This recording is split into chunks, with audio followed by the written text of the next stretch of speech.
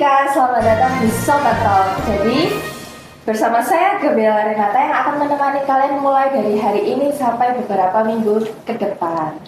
Nah, sebelum masuk ke inti acaranya, aku mau kasih tahu nih ke kalian bahwa Sobat Talk adalah acara baru dari program Koridor Ide.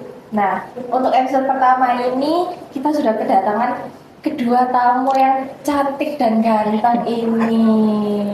Mungkin bisa dikenalin ya? Mulai dari ibu dosennya terlebih dahulu. Oke, halo, kenalin, nama aku Reisha. Aku adalah salah satu dosen dari Prodi Teknik Sipil.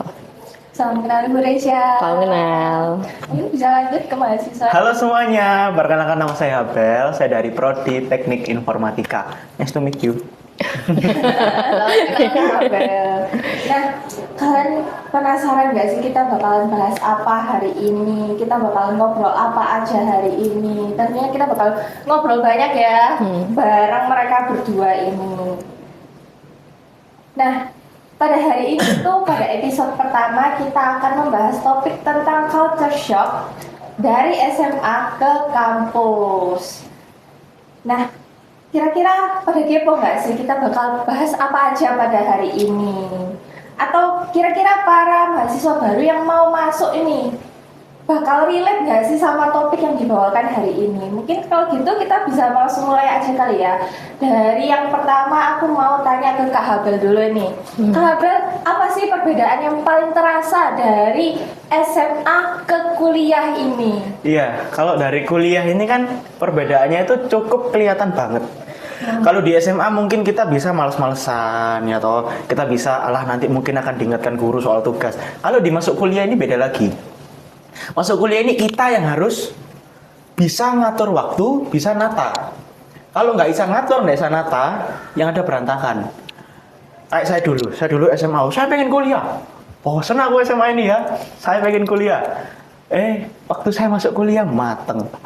Tugasnya banyak, waktunya nggak bisa tak atur. Wes berantakan semua, tapi akhirnya ya pelan-pelan saya berusaha untuk ngatur waktunya, ngatur jadwalnya supaya tidak tabrakan. Nah, itu perbedaan yang sangat terasa banget.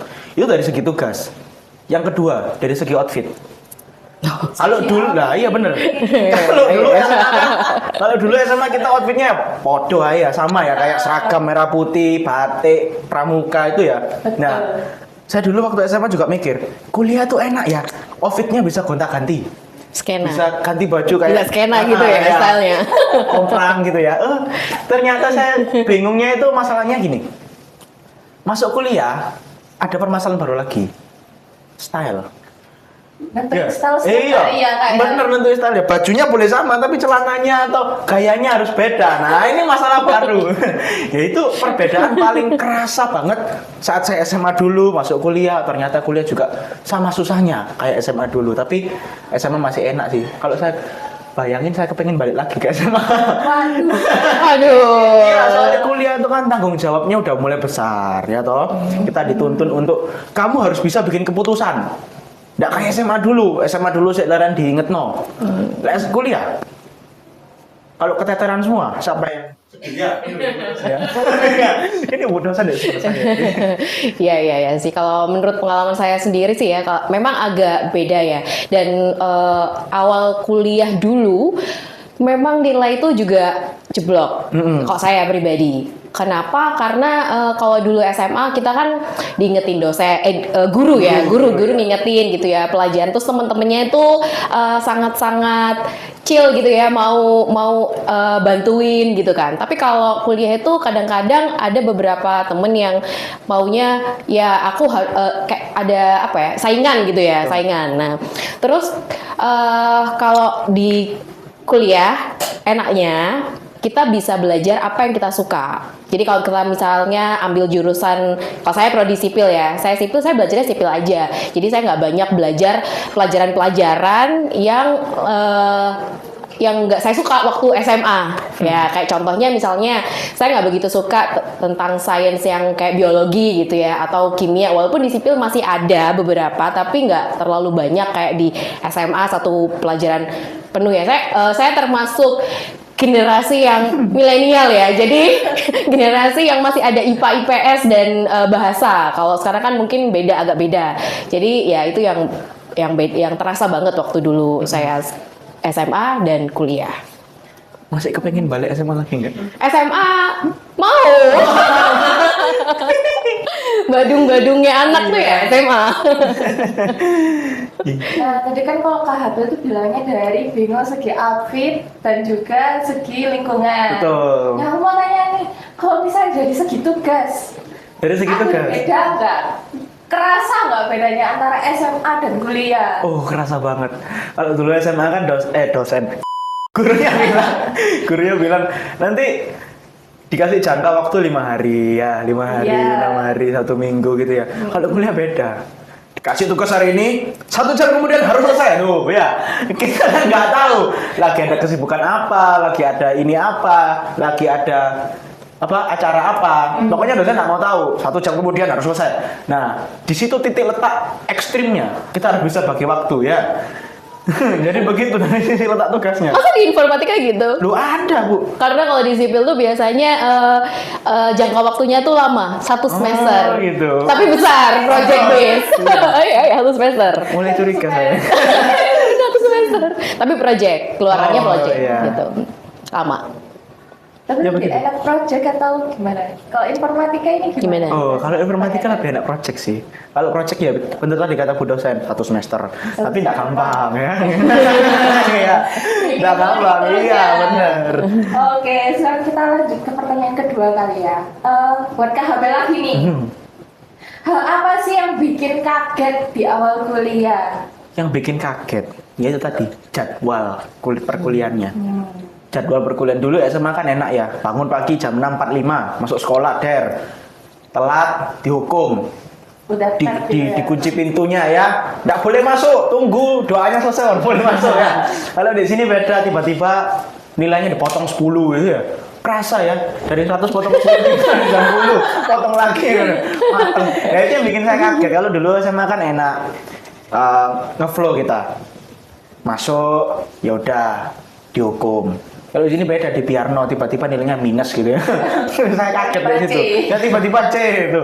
Terus apa lagi ya? Oh ya, satu ini saya bikin kaget itu jam.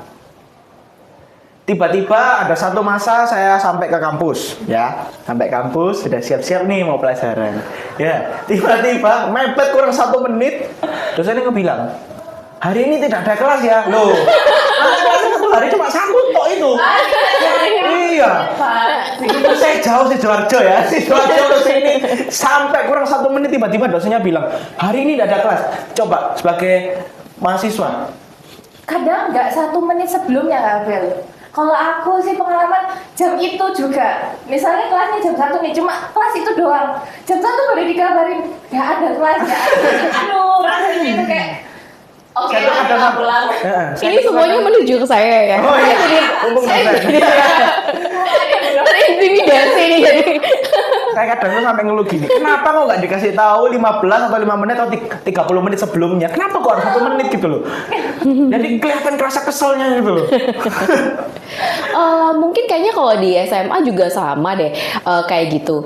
Kalau SMA itu kan kadang-kadang suka nggak ada pelajaran juga, ya kan? Nah, di jam itu juga. Cuman bedanya karena SMA itu sistemnya blok ya, paket dari pagi sampai sore misalnya ya. Jadi teman-teman tuh gak kemana-mana gitu kan. Betul. Tapi kalau misalnya kita kuliah ini kan jamnya kadang lompat-lompat, jadi bikinnya kalau cuman 1 hari itu 1 mata kuliah itu aja kayak terasa ya yang bener aja ya, aku rumahku jauh gitu kan. Tapi tenang aja, saya nggak kayak gitu. Bela diri ya, takut banget. Diri ya. Iya. Ya memang karakter dosen tuh nggak sama, memang beda-beda. Beda, betul. Oke, kita lanjut aja. Kita untuk pertanyaan ke Ibu dosen nih kali ini. Pertanyaannya, kesalahan mahasiswa baru itu apa aja sih, Bu? Kesalahan mahasiswa baru. Yang pertama tadi kurang adaptasi ya. Memang butuh waktu. Jadi kalau yang dulu tuh selalu harus diingetin sama guru atau orang tua. Sedangkan waktu kuliah ini kan yang namanya sudah beranjak ya peralihan. Namanya juga bukan siswa lagi tapi mahasiswa. Mahasiswa itu kan udah dianggap ya udah topnya dari siswa itu adalah ya mahasiswa itu sendiri. Nah dari sini memang teman-teman butuh adaptasi. Kalau dulu masih dibimbing, kalau yang sekarang ya udah dianggap dewasa jadi bisa ngatur kayak gitu. Itu sih disiplin kayak gitu-gitu. Jadi tidak bisa di set sama ya kayak dulu waktu SMA atau sekolah gitu ya. Jadi harus bisa belajar manage. Semester 1, semester 2 itu bagi saya dulu waktu kuliah itu yang Gampang. cukup sulit menurut saya karena adaptasi dari siswa ke mahasiswa ya. Jadi kalau begitu kita lolos di tahun pertama, insya Allah ke depannya akan lebih mulai memahami ya flow-nya kayak gimana, terus jadinya lebih bisa mengikutin gitu. Tapi kira-kira Ibu masih kelihatan nggak sih kalau misalnya kesalahan umum yang dibuat oleh mahasiswa baru tuh sering dilakukan oleh mahasiswa yang udah tingkat atas gitu? Masih sering lihat nggak Bu kira-kira? Masih. Banyak ya Bu ya? Banyak. Kayak kurang disiplin itu nggak pandang kayak mahasiswa baru aja, tapi mahasiswa lama juga tuh. Justru kadang-kadang kalau mahasiswa lama itu mungkin karena udah bosen ya. Karena udah tingkat akhir biasanya kesibukannya udah kayak tinggal skripsi atau tugas akhir gitu kan, terus nggak banyak mata kuliah, jadi lebih kurang disiplin, apalagi kalau yang buat asistensi kayak gitu, jadwalnya kapan kayak gitu, karena udah nggak ada jamnya lagi gitu, kayak gitu sih. Terus kita bakal lanjut lagi nih ke topik yang ke pertanyaan selanjutnya buat KHP lagi. KHP, tantangan terbesar di semester pertama. Ya, tantangan terbesar di semester pertama itu harus berani adaptasi sama lingkungan baru ya toh. Kita di SMA itu banyak teman ya, sudah mulai akrab, sudah mulai enak. Nah, kita masuk dunia baru lagi. Harus kenalan sama orang baru lagi. Harus bisa adaptasi dengan sifat-sifat mereka. Nah ini sing berat ini, abot nih ya. Saya tuh jujur-jujuran ya pemirsa ya. Saya itu di awal introvert. Di awal introvert. Jadi kalau buat adaptasi orang itu, orangnya harus ngomong ke saya dulu baru saya bisa ngomong sama dia. Nah, saya baru adaptasi itu selesai Pemba. Dan itu enggak langsung grapyak. Grapyak itu apa Indonesianya ya? Supel. Akrab. Nggak langsung akrab. Harus adaptasi dulu. Ya, itu menurut saya itu tantangan paling besar. Dan itu saya kalau kenal sama orang baru itu badan saya tiba-tiba keringet dingin. Matang kon aku ngomong apa ini. Matang kon saya harus bicara kayak apa ini. Ya karena belum kebiasa dengan dunia baru. Nah, di situ tantangan saya yang paling besar tuh di situ. Pertama soal adaptasi. Yang kedua soal pelajaran. Kadang ada dosen yang ngajarnya enak ya. Aduh, paham ya anak-anak ya? Iya paham. Paham ya teman-teman paham. Ada dosen yang tiba-tiba dia advance. Ngajarnya itu kayak semua itu dihafal rumusnya. Nggak diajari, tiba-tiba langsung tanya, ini dari mana lu? Saya nggak tahu Pak. Begitu. Itu tantangan terbesarnya saya di situ. Soal pelajaran, soal adaptasi. Nah, saya nggak tahu gimana caranya di semester pertama ini harus belajar membiasakan supaya saya itu bisa terbiasa ke dunia yang baru di dunia kampus ini. Itu culture shock-nya saya. Karena kalau di SMA kan tanyain, sudah paham semua teman-teman? Paham, diajar sampai paham dulu. Kalau di sini enggak. Harus cari tahu ini gimana. Jadi problem solving-nya gitu kerasa. Apalagi soal kalkulus itu kan paling serem. Oh ya? Dosen bisa kalkulus. Kalau di sipil kan ada kalkulus. Bisa, paham tapi. Ya harusnya iya dong. Dipakai. Kayaknya harus karena dipakai ya di teknik khususnya tuh kalkulus tuh selalu dipakai. Hampir semua teknik tuh ada kalkulus. Gitu. Di sipil juga ada. Tapi memahaminya bisa paham itu? Ya bisa, tapi kan bukan basic ya. Kita kan aplikasi. Jadi ada materi kalkulus yang kita pakai untuk desain di prodi kita gitu. Jadi di jurusan kita. Makanya teman-teman semuanya ya penting buat kita itu untuk tahu sebenarnya jurusan apa yang kita sukain gitu. Jadi itu akan menunjang bagaimana kita beradaptasi, gimana kita ke ke dosennya, ke teman-temannya juga. Karena kalau kita nggak enjoy sama kuliah jurusannya, maka yang lainnya juga bakalan sulit gitu.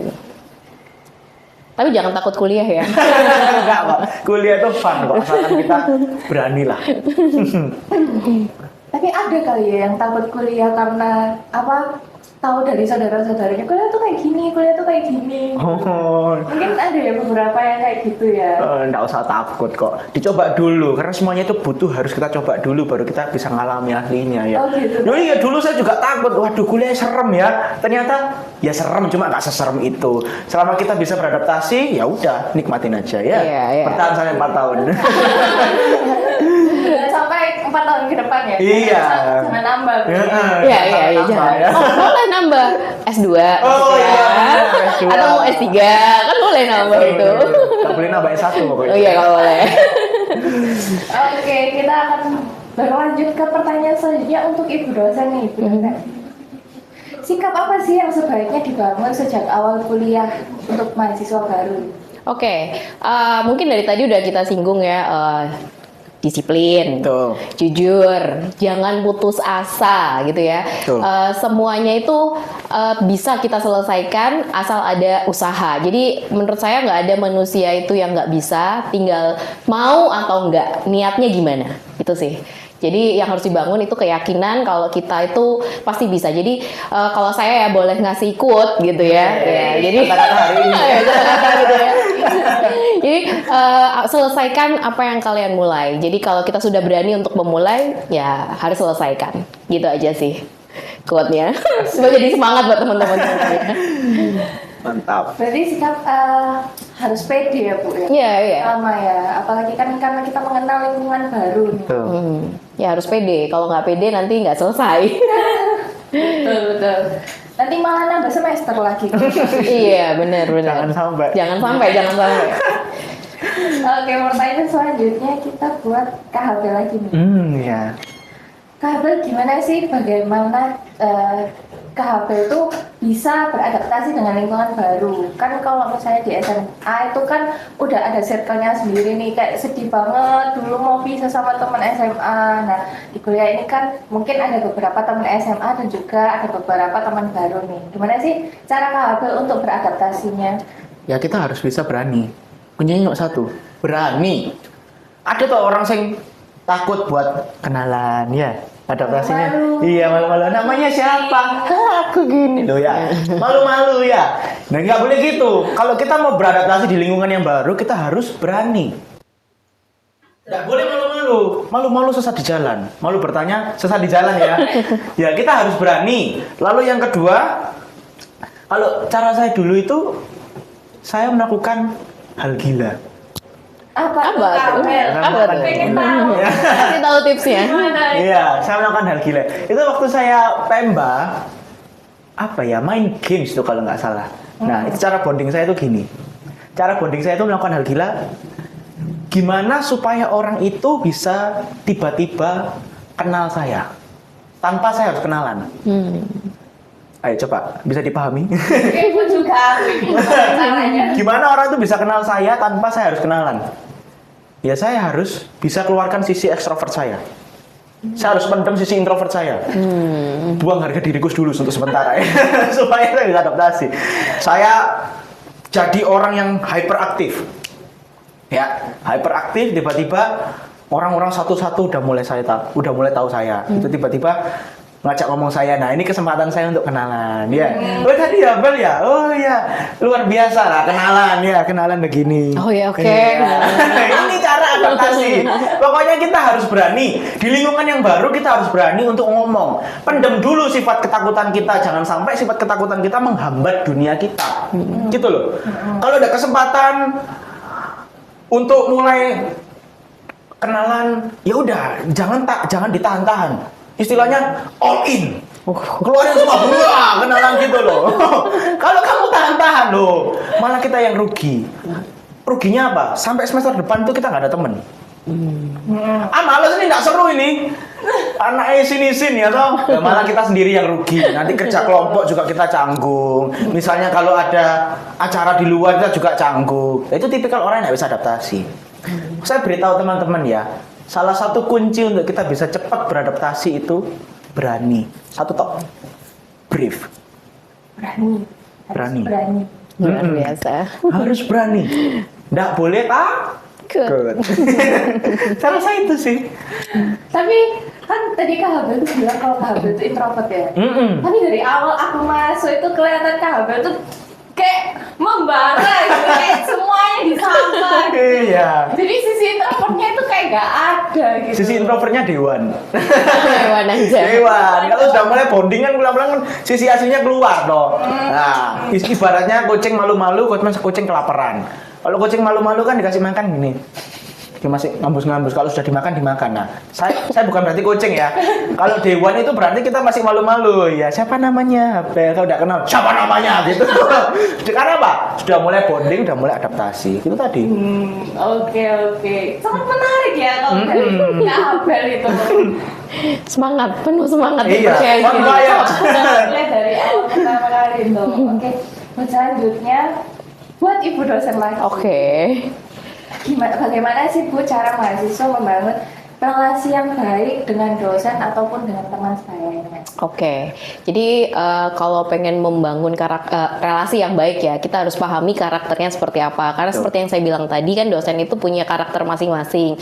Misalnya ada dosen tuh yang strict banget, nah kita harus ikutin alurnya gitu. Karena kita dianggap sebagai teman-teman tuh dianggap sebagai orang dewasa. Jadi kalau orang dewasa itu pasti bisa bertanggung jawab ya, dan bisa komitmen gitu, menjaga komitmen. Jadi kalau misalnya teman-teman meleset ya udah, kami juga menganggap itu ya dia kan udah gede gitu.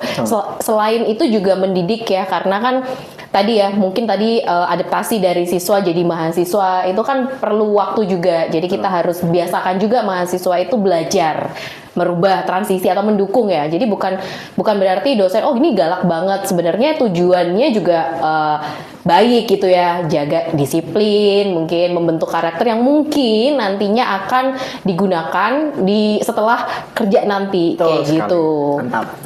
Jadi kalau sama teman-teman juga gitu sama ya, kita tetap harus pelajarin dulu karakternya gimana. Karena teman-teman tuh kan nggak sama ya gitu, apalagi pasti dari background yang beda-beda, kultur yang beda-beda gitu kan.